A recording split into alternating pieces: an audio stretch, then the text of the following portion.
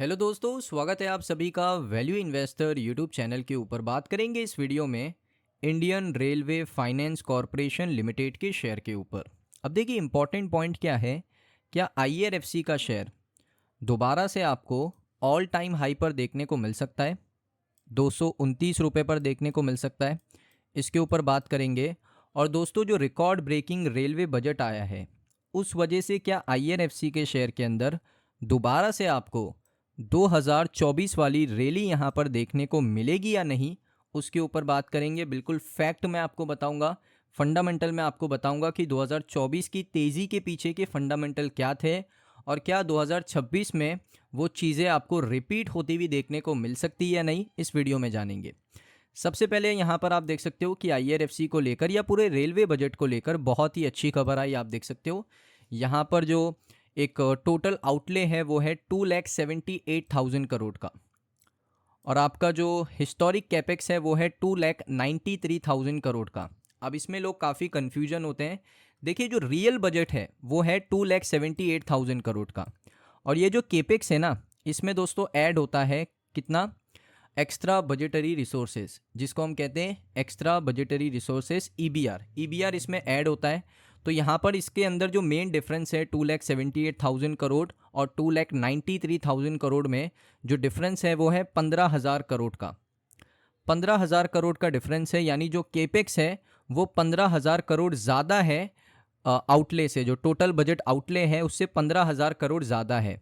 अब ये जो 15,000 करोड़ है, इसमें से मान लो 10,000 करोड़ रुपए है एक्स्ट्रा बजटरी रिसोर्सेज, यानी अगर रेलवे को लगा कि पैसे थोड़े कम पड़ गए तो वो एक्स्ट्रा बजटरी रिसोर्सेज से पैसे ले सकते हैं बड़े आसानी से। उसके बाद यहाँ पर इंटरनल सोर्स ऑफ इनकम से पैसे ले सकते हैं, जो बचे हुए 5,000 करोड़ है, और मार्केट से पैसा बोरो कर सकता है रेलवे मिनिस्ट्री। सरकार ने उनको परमिशन दे दी है, तो सरकार ने बता दिया है कि आप यहाँ पर खर्चा कितना कर सकते हो, 2,93,000 करोड़ रुपए आप खर्च कर सकते हो रेलवे के अंदर। लेकिन जो सरकार ने बेस बजट दिया है, यानी आपके पास पहले बेस बजट है, पहले इसको स्पेंड करो, ये कितना है 2,78,000 करोड़ पहले आप खर्च करो। उसके बाद अगर आपको लगता है कि और स्पेंडिंग होनी चाहिए तो आप एक्स्ट्रा बजटरी रिसोर्सेज से पैसा ले सकते हो रेलवे मिनिस्ट्री, और साथ में आप पैसा मार्केट से बोरो कर सकते हो। अगर आप चाहिए तो रेलवे का जो इनकम हो रहा है उसमें से भी आप पैसा ले सकते हो। तो यहाँ पर आप कह सकते हो ये बहुत ही अच्छा पॉजिटिव ट्रिगर है आईआरएफसी के लिए। अब इम्पॉर्टेंट पॉइंट क्या है कि 2024 में क्या हुआ था, मैं आपको एक लाइन में समझा देता हूँ। देखिए, 2024 में प्री बजट ऑप्टिमिज्म हुआ था, एक्सपेक्ट कर ही नहीं रहे थे हम लोग, क्योंकि बजट आता था 1 लाख करोड़, 1.5 लाख करोड़, 2 लाख करोड़, इतना बजट आता था। उस बार बजट आ गया 2,40,000 करोड़ का। उसके बाद क्या हुआ, सरकार का फोकस बढ़ गया रेलवे के ऊपर, सरकार इलेक्ट्रिफिकेशन का काम कराने लगी, न्यू ट्रेन को लॉन्च करने लगी, कॉरिडोर बनने लगे। तो इस वजह से आईआरएफसी के अंदर बहुत ही बड़ा ब्रेकआउट आपको देखने को मिला। उसके साथ साथ यहाँ पर कुछ कॉरपोरेट डेवलपमेंट्स हुए, जैसे नए बॉन्ड्स इशू करना, आईआरएफसी ने नए बॉन्ड इशू करना शुरू किया, डीप डिस्काउंट बॉन्ड से पैसा यहाँ पर बोरो करना शुरू किया, जिससे आईआरएफसी का जो नेट इंटरेस्ट मार्जिन है वो बढ़ गया 2024 में। और सेक्टर का पूरा रोटेशन हुआ, पीएसयू को अब लोग मल्टी बैगर की तरह देख रहे थे। और उसके साथ उसी साल कंपनी को नवरत्न का स्टेटस भी मिला, आपको याद होगा आईआरएफसी को नवरत्न का स्टेटस मिला, तो कॉन्फिडेंस और बढ़ गया। अब दोस्तों, यहाँ पर इंपॉर्टेंट चीज़ क्या है कि 2026 में क्या ये चीज़ दोबारा रिपीट हो सकती है या नहीं, उसको समझते हैं। देखिए, रिपीट होने के लिए कुछ चीज़ें इंपॉर्टेंट होती है, जैसे सबसे पहले higher railway capex, higher railway capex यहाँ पर होना चाहिए, जो मिल चुका है। दूसरी चीज़ है यहाँ पर फेवरेबल पॉलिसी, तो पॉलिसी भी यहाँ पर आईआरएफसी के फेवर में है, क्योंकि 7 नए रेलवे कॉरिडोर आपको देखने को मिलेंगे हाई स्पीड वाले, जिसको आईआरएफसी फाइनेंस करेगा, तो पॉलिसी भी आईआरएफसी के हित में है। उसके बाद तीसरी चीज़ है दोस्तों इंटरेस्ट रेट। अब इंटरेस्ट रेट क्यों इंपॉर्टेंट है, क्योंकि एक फाइनेंसर है आईआरएफसी, तो इसके लिए रेट ऑफ इंटरेस्ट बहुत इंपॉर्टेंट है। ये कोई अपने घर से पैसा नहीं लेकर आ रहे, ये मार्केट से पैसा बोरो करते हैं और कंपनीज को यहाँ पर लेंड करवाते हैं पैसा। तो अगर यहाँ पर जो इंटरेस्ट रेट है वो यहाँ पर कम होता है दुनिया भर में भी और भारत के अंदर भी, तो आईआरएफसी बहुत कम कॉस्ट ऑफ बोरोइंग में क्या करेगा, पैसा मार्केट से बोरो करेगा।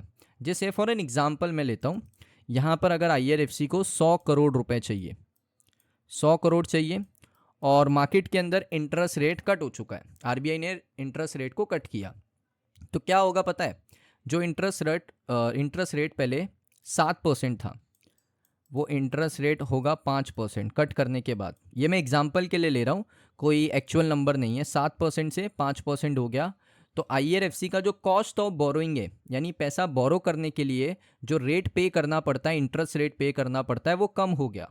और IRFC दूसरी कंपनीज को यही पैसा कितने में दे रहा है, 8% पे, किसी को 9% पे, जिसके फाइनेंशियल ख़राब है उसको 9% पे। तो इस तरीके से IRFC का जो नेट इंटरेस्ट मार्जिन है वो बढ़ जाएगा। उसके बाद सेक्टर का रोटेशन भी होना चाहिए, ये भी इंपॉर्टेंट होता है कि जो इन्वेस्टर्स हैं वो दोबारा से यहाँ पर इंफ्रास्ट्रक्चर PSU के अंदर पैसा निवेश करने चाहिए। अब देखिए, हमेशा सिर्फ मैं आपको अच्छी बात नहीं बताऊंगा, थोड़ा रिस्क फैक्टर को भी जान लेते हैं। देखिए, अगर इंटरेस्ट रेट बढ़ेगा तो ये प्री बजट ऑप्टिमिज्म जो है, ये रेलवे कैपेक्स कितना भी बढ़ा आ जाए, अगर इंटरेस्ट रेट बढ़ता है मार्केट के अंदर तो यहाँ पर IRFC अंडर प्रेशर काम करेगा। सेकेंड चीज़, रेलवे का रेवेन्यू वीक नहीं होना चाहिए। अगर रेलवे का रेवेन्यू 2026 में वीक होता है तो IRFC परफॉर्म नहीं कर पाएगा। मार्केट सेंटीमेंट भी इसमें इन्वॉल्व है, ग्लोबल रिस्क भी इन्वॉल्व है। तो आप कह सकते हो कि यहाँ पर सारी चीज़ें अगर अच्छे से जाती है तो 2026 में मॉडरेट तेज़ी आपको देखने को मिल सकती है। 3 से 6 महीने के अंदर आप कह सकते हो कि आपको एक रिकवरी देखने को मिल सकती है, और लॉन्ग टर्म में यानी 1 साल के बाद यहाँ पर एक मजबूत आपको तेज़ी देखने को मिल सकती है।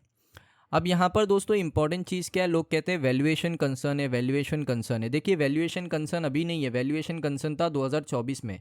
2024 में अगर आपको मैं बताऊँ, IRFC का जो P रेशो था उसको कंपेयर करते हैं। देखिए, IRFC का जो P रेशो अभी कितना है उसको देख लेते हैं। यहाँ पर मैं आऊँगा समरी के ऊपर, थोड़ा सा नीचे जाएंगे, प्राइस टू अर्निंग रेशो अगर आप देखोगे 21.4 का है, 21.4 का P रेशो है। अब यहाँ पर 2024 में जो P रेशो था वो था 30-35 का, 30-35 का P रेशो था।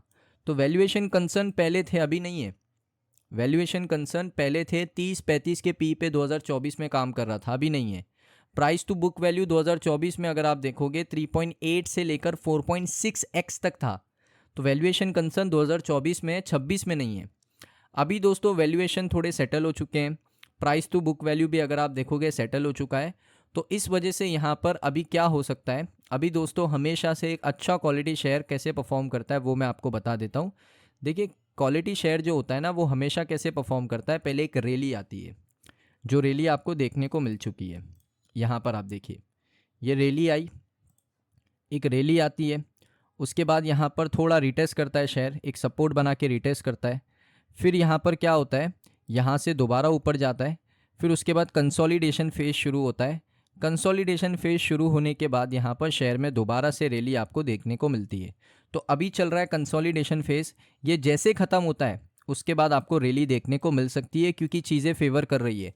अब दोस्तों कंपनी ने अपने रिजल्ट को भी अच्छा अनाउंस करना शुरू किया है, अर्निंग की कोई दिक्कत नहीं है, फंडामेंटल की कोई दिक्कत नहीं है। क्वार्टर्स पे अगर मैं जाऊँ, कंपनी का अर्निंग आप पिछले 2 क्वार्टर में देखो, 6,372 करोड़, 6,661 करोड़, उससे पहले 6,915 करोड़, उससे पहले 6,723 करोड़।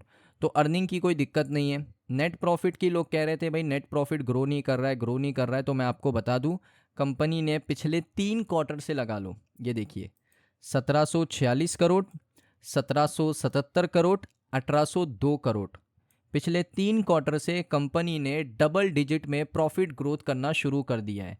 अब आएगा 2026 में क्वार्टर 4 मार्च के महीने में, तो क्वार्टर 4 में भी अगर कंपनी यहाँ पर अच्छा प्रॉफिट करती है, 1850 करोड़, 1870 करोड़, तो दोबारा से यहाँ पर ये पता चलेगा कि अर्निंग स्टेबल है, साथ में उसमें ग्रोथ डबल डिजिट का है। तो फंडामेंटल फाइनेंशियल की दिक्कत नहीं है, केपेक्स अच्छा आ चुका है, सरकार का सपोर्ट है, साथ ही साथ यहाँ पर IRFC नवरत्न से महारत्न भी बन सकता है। तो ये भी खबर अगर 2026 में आती है तो एक दोबारा से रैली यहाँ पर शुरू हो सकती है। तो रैली शुरू होने के चांसेस हैं, लेकिन थोड़ा ऑप्टिमिज्म होना है हमें ये नहीं सोचना है कि भाई 1 साल में 400% बनाना है। हमें सोचना है कि भाई 1 साल में अगर इसने 15% से ज़्यादा रिटर्न दे दिया, मार्केट का बेस रेट क्या पकड़ते हैं 12%, अगर इसने 15% से ज़्यादा रिटर्न दे दिया ना, तो आपको खुश होना चाहिए कि भाई 15, 16, 17, 18, 20% रिटर्न बना दिए 1 साल के अंदर, तो डेफिनेटली एक अच्छी बात है। उसके बाद जो रैली आएगी वो आपके लिए बोनस है। सो दोस्तों, ये वीडियो आपको कैसा लगा कमेंट सेक्शन में बताइए। आपके अभी भी कुछ डाउट है IRFC को लेकर वो भी बताइए। मिलता हूँ नेक्स्ट वीडियो में।